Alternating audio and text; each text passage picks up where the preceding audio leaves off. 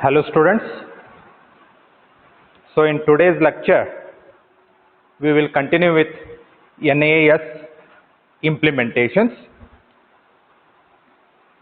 In the last class we have discussed about two NAS implementations. Amongst that, the first one is unified NAS implementation and gateway implementation. So total there are three NAS implementations available. So amongst that, two we have already discussed in the previous video. So in today's lecture we will discuss about third one, that is scale out NAS implementation. So before going to this scale out NAS implementations, let us revise what is unified and gateway NAS. Then we will continue with the scale out implementation. So as we already know, the unified NAS consolidates NAS based and SAN based data access within a unified storage platform and provides unified management interface for managing both the environment. That is, unified NAS performs file serving and storing of file data along with providing access to the block level data. It supports both CIFS and NFS protocols for the access and ISCSI and FC protocols for the block level access. So this is your unified NAS. And the second one is gateway implementation. So in gateway implementation, the NAS device uses external storage to store and retrieve data, unlike the unified storage. There are separate administrative tasks for the NAS device and storage in gateway. So a gateway NAS device consists of one or more NAS heads and uses external and independently managed storage similar to the storage. So this is what your gateway NAS is. So gateway NAS is more scalable compared to the unified NAS because NAS heads and storage arrays can be independently scaled up when required. So these are the two, what I can say, the NAS implementations that we have discussed in the last video. So in this particular video we will concentrate on the scale out NAS implementation. So what exactly this scale out NAS implementation is? So with respect to the unified and gateway NAS implementation, which provides the capability to scale up their resources based on data growth and rise in the performance requirements. So scaling up these NAS devices involves adding CPUs, memory and storage to the NAS device. Therefore, the scalability is limited by the capacity of the NAS device to house and use additional NAS heads and storage. So with regard to this, our scale out NAS implementation pulls multiple nodes together in a cluster that works as a single NAS device. So pool is nothing but it is managed centrally. Okay. So the meaning of this particular point is that the scale out NAS enables grouping multiple nodes together to construct a clustered NAS. This is known as a pool. A scale out NAS provides the capability to scale its resources by simply adding nodes to a clustered NAS architecture. Okay. So the cluster works as a single NAS device and is managed centrally. Okay. So these cluster of nodes are considered as a pool. In this case, this is managed centrally. So coming to the second point, that is, it scales performance and capacity with addition of nodes to the pool non-disruptively. Okay. So in this particular case, as the clusters are there, so the capacity also increases in this case. So with respect to this point, the nodes can be added to the cluster when more performance or more capacity is needed. Okay. So depending on the needed performance and the capacity, the nodes can be added to the cluster in this case, without causing any downtime. This is very important point to be noted here. Scale-out NAS provides the flexibility to use many nodes of moderate performance and availability characteristics to produce the total system that has better aggregate performance and availability. It also provides the ease of use, low cost, and theoretically unlimited scalability. Okay.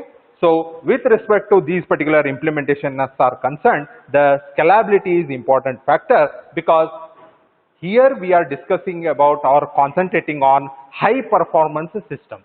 So once the high performance system comes into picture, the scalability and increasing the the resources of an workstation becomes more and more important. Okay. So with respect to that, the performance and capacity is need to be enhanced in this particular case.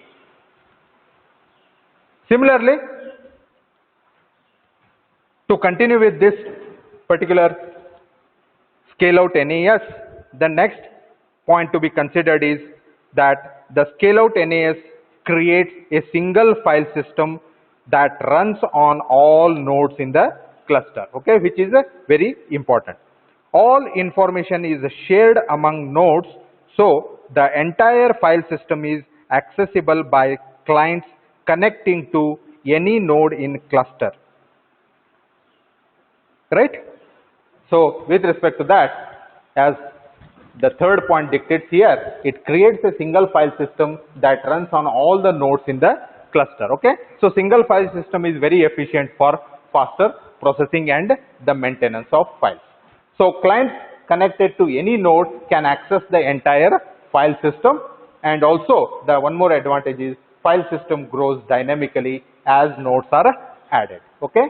So this particular, so in a tree like structure, as we have seen in the file sharing concept, network file sharing concept, it builds a tree like structure. Okay, with respect to the Unix operating system is concerned.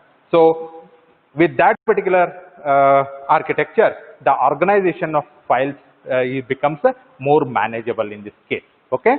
So this is what the creation of what you can say a single file system. To continue with this, in this case, the scale out NAS strips data across all nodes in a cluster along with mirror or parity protection. As data is sent from clients to the cluster, the data is divided and allocated to the different nodes in parallel.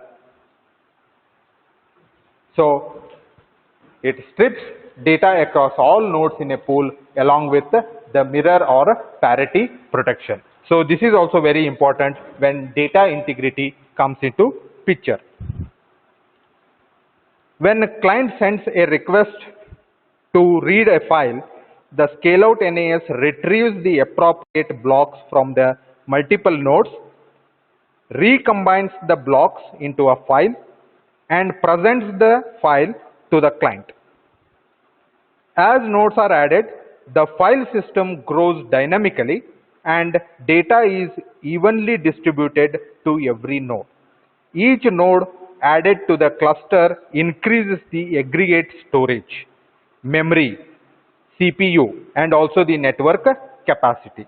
Hence, the cluster performance also increases. Okay, so here in this particular case, the point is that we need to make the resource utilization effectively, and the work should be distributed equally among all the resources. Okay, so this is the major point to be considered in this particular case.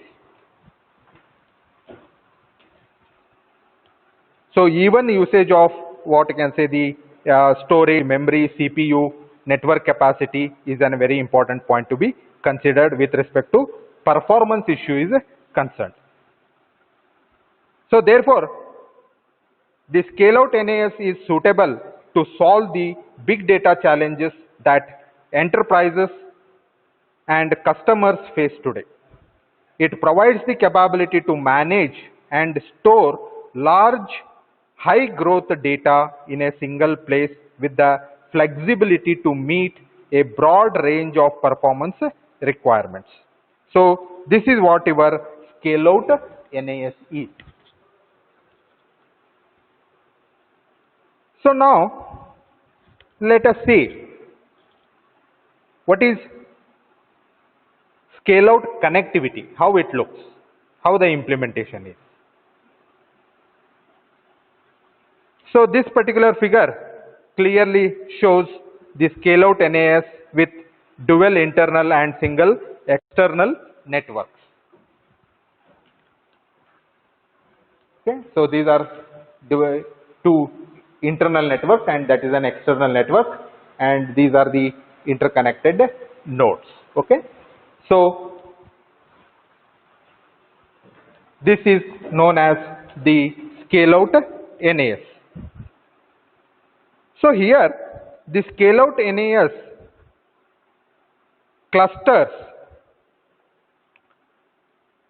use the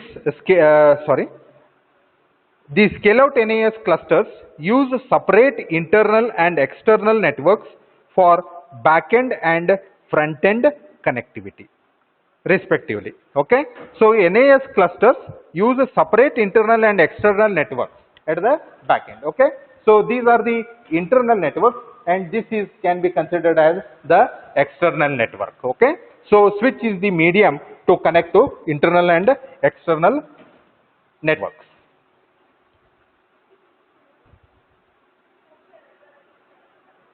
An internal network provides connections for intra-cluster communication and external network connection that enables clients to access and share the file data. Each node in a cluster connects to the internal network.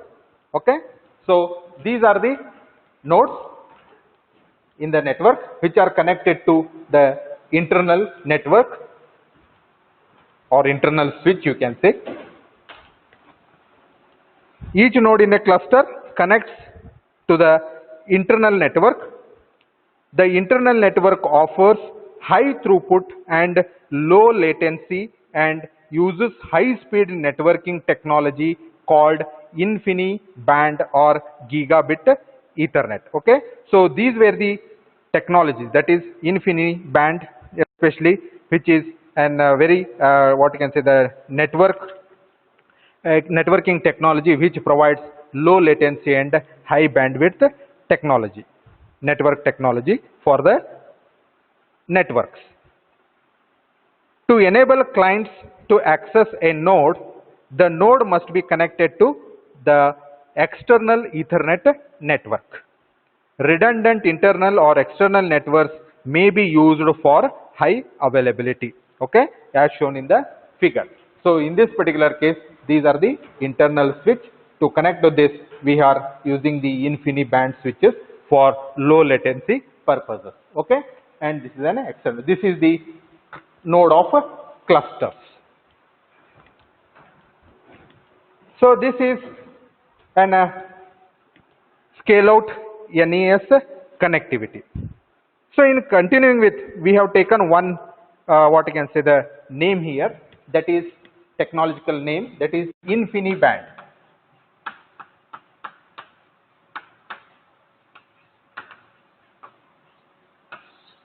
Okay. So since we have named this particular technical word, so let us define what exactly this InfiniBand is. So this InfiniBand is a networking technology that provides a low latency, high bandwidth communication link between host and peripherals, and also it provides a serial connection and is often used for inter-server communication in high performance computing environments. Okay, so here these particular terms, NAS term is not for the what I can say the normal workstation we normally see. Okay, so these are exclusively used for high performance and computational environment. So this infinite or InfiniBand enables remote direct memory access that enables a device to access data directly from the memory of a remote device. InfiniBand also enables a single physical link to carry multiple channels of a data simultaneously using a multiplexing technique. The InfiniBand networking infrastructure consists of host channel adapters, target channel adapters, and InfiniBand switches. So these are the components of InfiniBand network. Host channel adapters are located within hosts, and these are simply known as HCAs in short.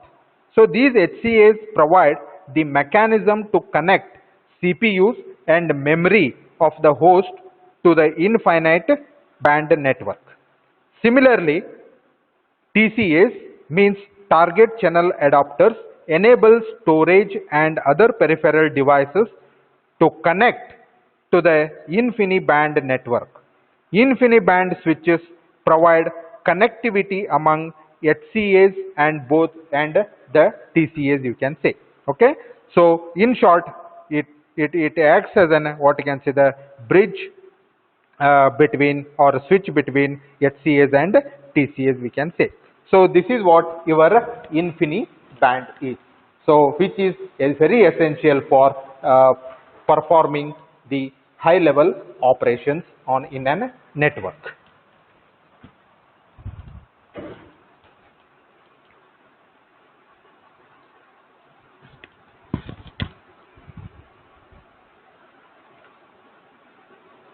Okay. So this is about the scale out NAS. So far we have discussed about 3 NAS implementations. First one is unified implementation.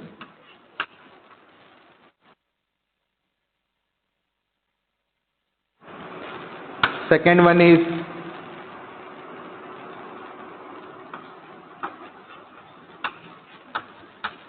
gateway implementation, and third one is, that is what we have discussed today, is scale out.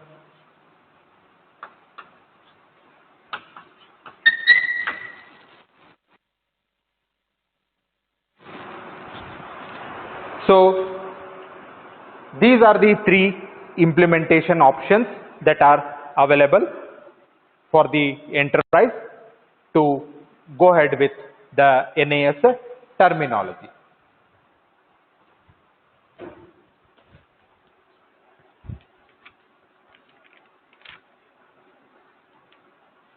Okay. So let us move further in this particular section. That is your last section of this particular unit, which is factors affecting NAS performance.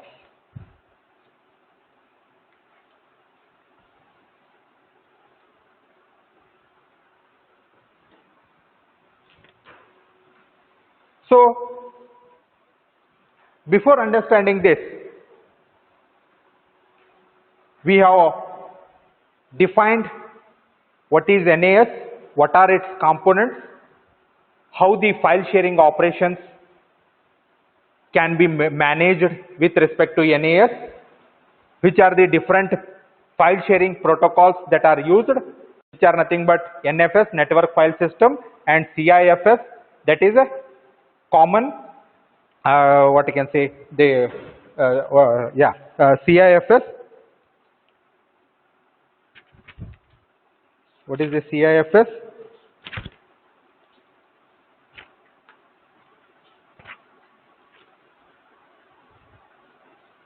Common, just a minute.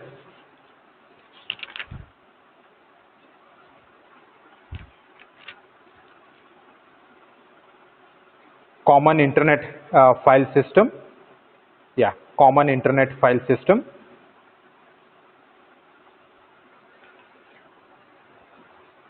Then after that, we have discussed about NAS implementations. So with all this background,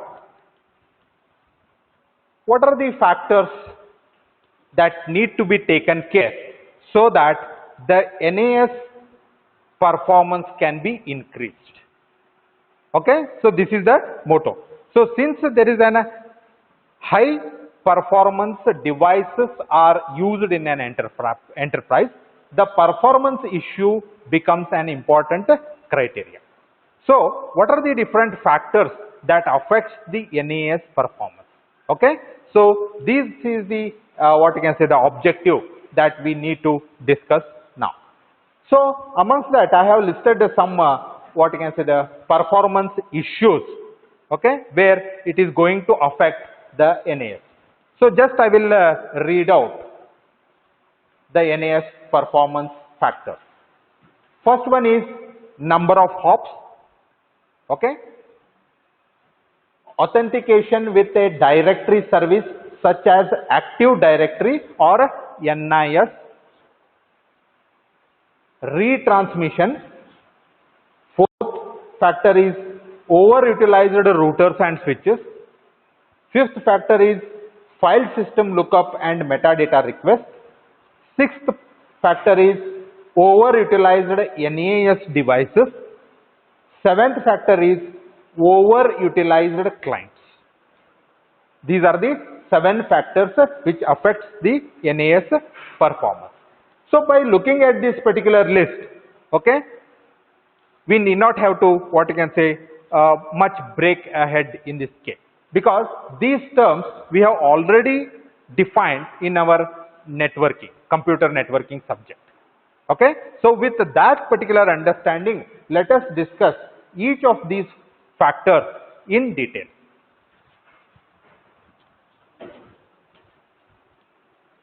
Okay, so with respect to this performance issue is concerned, we know that the NAS uses IP network, therefore bandwidth and latency issues are associated with IP affect NAS performance.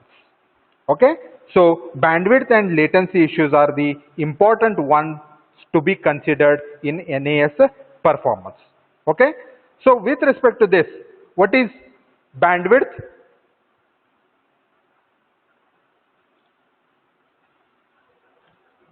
What is bandwidth? So you already know what is a bandwidth. Okay, so it is the maximum rate of a data that is passing through the network. That itself defines the bandwidth. Okay, so now with respect to this bandwidth is concerned, we can define it as maximum data transfer rate of a network or an internet, you can say. And what is latency?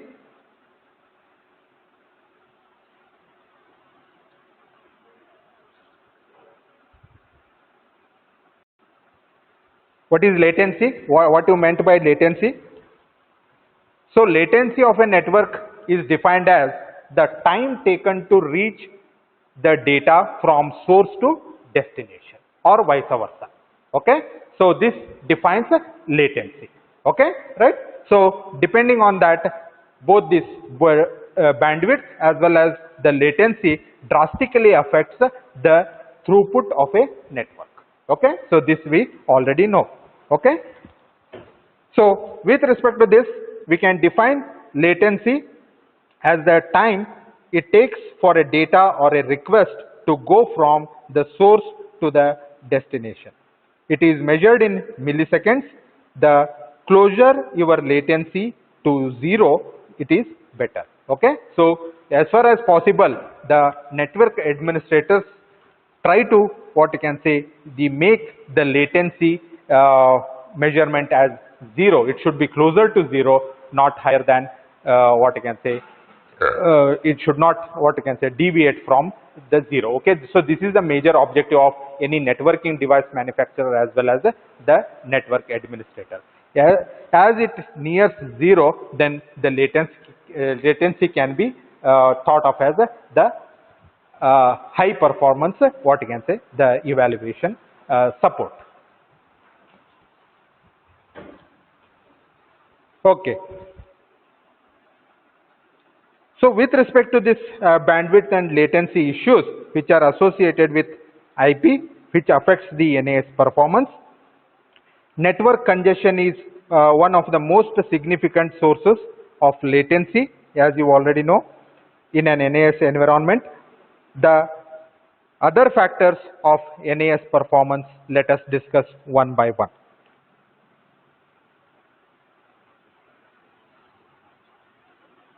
Okay, so your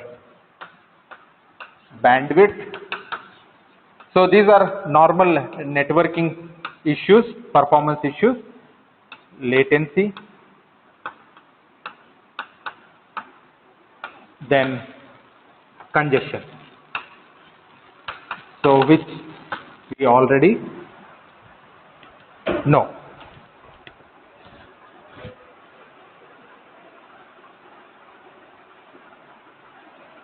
Okay, so coming to the first performance issue, that is number of hops.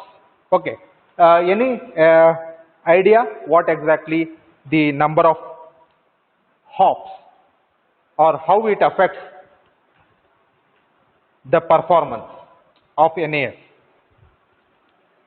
So considering this number of hops, the large number of hops can increase latency.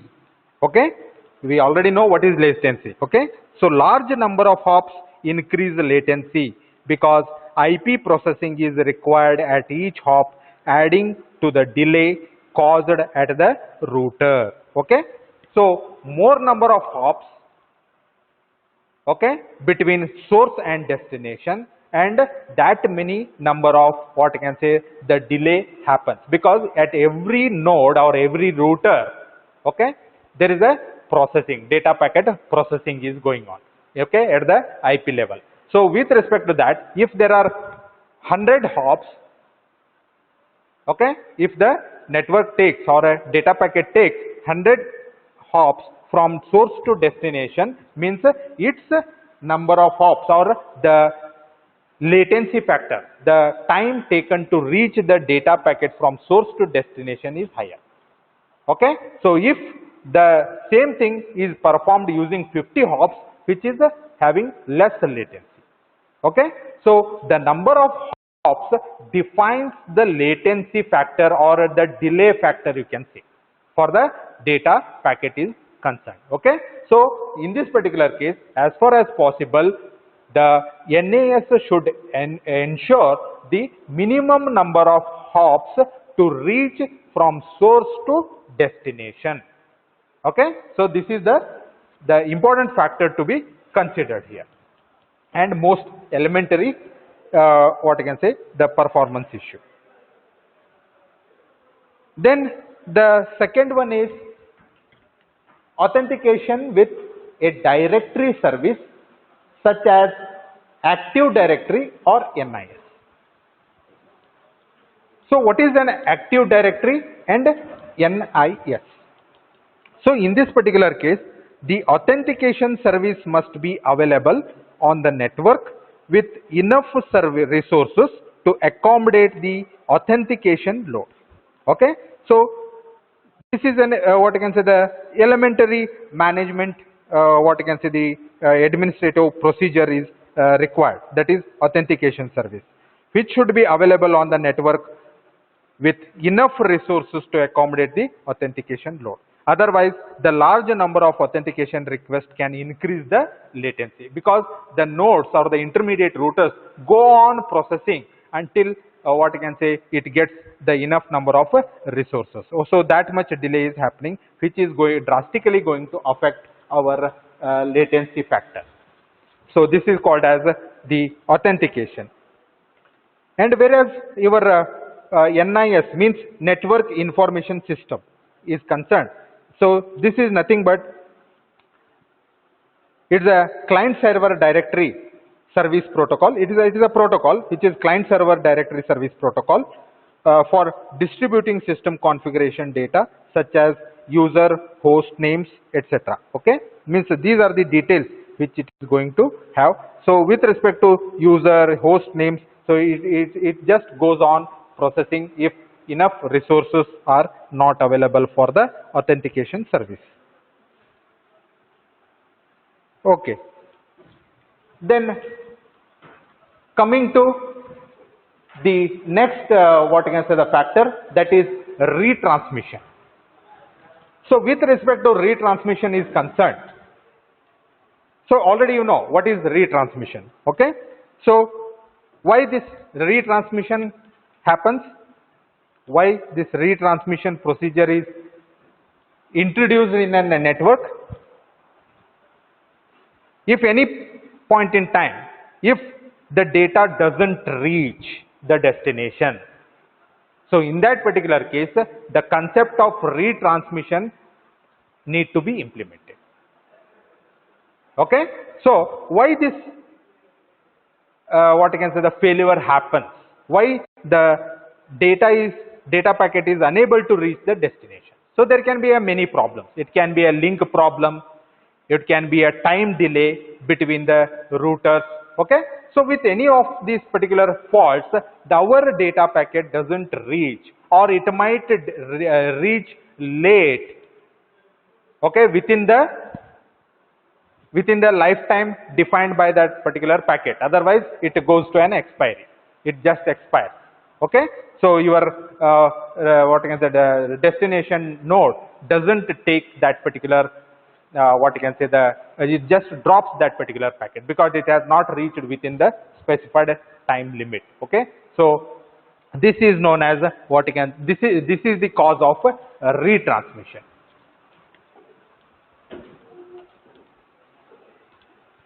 So the link errors and buffer overflows can result in retransmission. This causes packets that have not reached the specified destination, which are to be resent, is called as a retransmission. So in this case, the care must be taken to match both speed and duplex settings on the network devices and the NAS heads. Improper configuration might result in errors and retransmission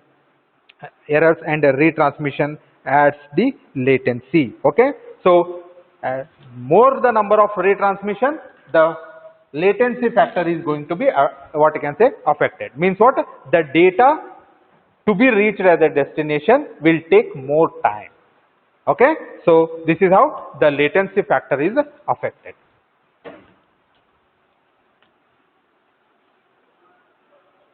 Then the next point to be considered in this case is overutilized routers and switches. Okay, so from the beginning of this particular unit, I am stressing that whatever the resources are available at the workstation, it should be used effectively. Okay, and the load should be shared equally among all the resources. This is the point I am making. Okay, so this particular factor is talks about that particular thing, overutilized routers and switches. Okay, So whatever the number of routers and switches are available on the network, it should be equally loaded. Not that one load will take most of the load, network load, and few others can take only the minimum amount. It should not. Okay. So the load should be equally shared so that the faster processing of the data packets can happen at every end. Okay. So with respect to this overutilized routers and switches is concerned, the amount of time that an overutilized device in a network takes to respond is always more than the response time of an optimally utilized and underutilized device. Yes, correct? Of course, this factor is very important here. So always the overutilized, what you can say, the device will take much time to respond to the events compared to less utilized devices. Network administrators can view utilization statistics to determine the optimum utilization of switches and routers in the network. Additional devices should be added if the current devices are overutilized. Okay, so that flexibility is with what you can say the network administrator. So depending on the performance issue, he can what you can say use more other, what you can say, increase the number of resources for processing purpose. Okay, so this is what about the overutilized routers and switches. Means the optimum usage of the devices is given much importance in NAS with respect to high performance device processing tasks. Next, the fifth factor to be considered in this case is file system lookup, means what kind of file system is required, and the metadata requests. What is the metadata? Means the file information, how it is structured, and whenever it is been required, how fast I can fetch the file from that particular file system. Okay, so this should be given an importance for faster improvement of NAS device processing. So with respect to this point, NAS clients access files on a NAS devices. The processing required to reach the appropriate file or directory can cause delays. Sometimes a delay is caused by deep directory structure and can be resolved by flattening the directory structure. Poor file system layout and an overutilized disk system can also degrade the performance. Okay, means what? In this particular case, a requested file from the client should be made available at faster rate. That is the main objective in this case. Otherwise, your system just goes on looking that particular file, requested file, wasting, means that is an, what you can say, the delay factor. There the delay continues. Okay, so and also that delay is going to affect our latency factor. So this is also one more factor which is contributing to the latency, you can say. Then the next factor to be considered is overutilized NAS devices. So now the main infrastructure of NAS, is it optimally used? That is the major concern here. Clients accessing multiple files can cause high utilization levels on a NAS device, which can be determined by viewing utilization statistics. High memory, CPU and disk subsystem utilization levels can be caused by a poor file system structure and insufficient resources in the storage subsystem. So because of this, the NAS devices are overutilized. Okay, so accessing multiple files is an important concern in this particular case, which cause high utilization levels of NAS. So for this particular reason, the effective file system lookup operation is very important, and also metadata structure is also very important in this particular aspect to make our NAS devices optimally utilized.